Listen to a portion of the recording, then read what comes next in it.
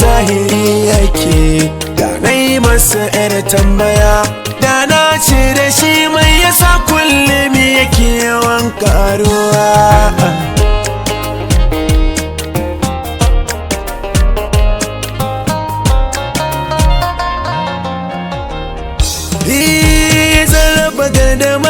Shirin yaƙi ni iso da kai ɗai nake, inda kamun ya sana a tasko zuciya ta kuka take. Dukkan duniya sai batun ka ake, ashe da girma kake.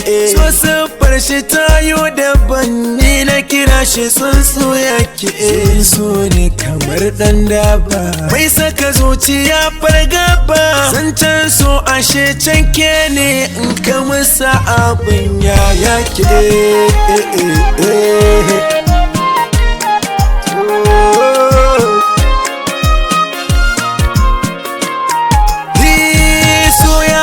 Kaman haka kasa duk nazari na karuwa. Gare ka na zo da 'yar tambaya, shi mai ya saka ke rabuwa. Kai ka saka mutum biyu ke soyayya a wannan na damuwa. Kasa zuciya na ta fargaba don hasilar ka na ɗimuwa. Ni dai so da kai ɗin nake, kasa a zuciya ta jike. Cuta ta ka ba ta da magani, ni dai kan karo ko nake.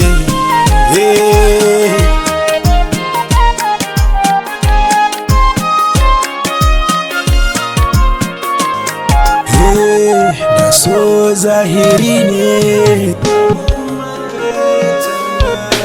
da so zahiri ne.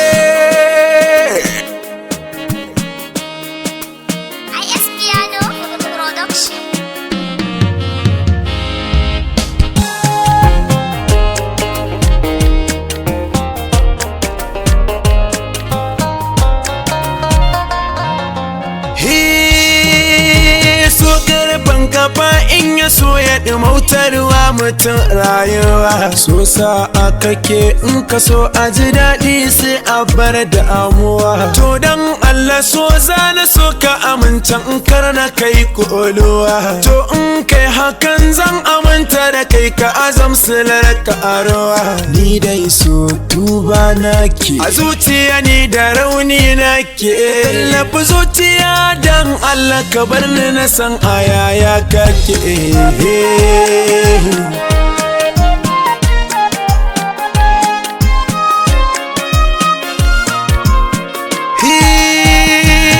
Nazari akan so na gane ya zama garkuwar duniya. Shi so in ya so sai ya saka gurin mai so kayo magiya. Shi so ai ruwa biyu ne, in ya so ya canja duka tarbiya. In ya gada masai ya daga kai ya kai ka kaje ka kai shari'a. So ne garkuwar duniya, bai da gwani cikin duniya.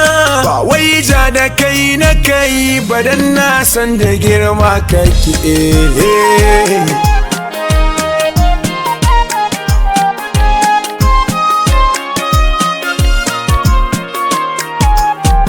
Dan Allah so tuba nake, ka kai ni wajen da zan dan fake. Ni dai kan karo ko nake, ba a yi wa so gardama. Ni na bi kana sallama, duka biyayya ni zan yi ma. Wanda ya ce da kai za ya ja, ta ina zai fara zancen ka ne.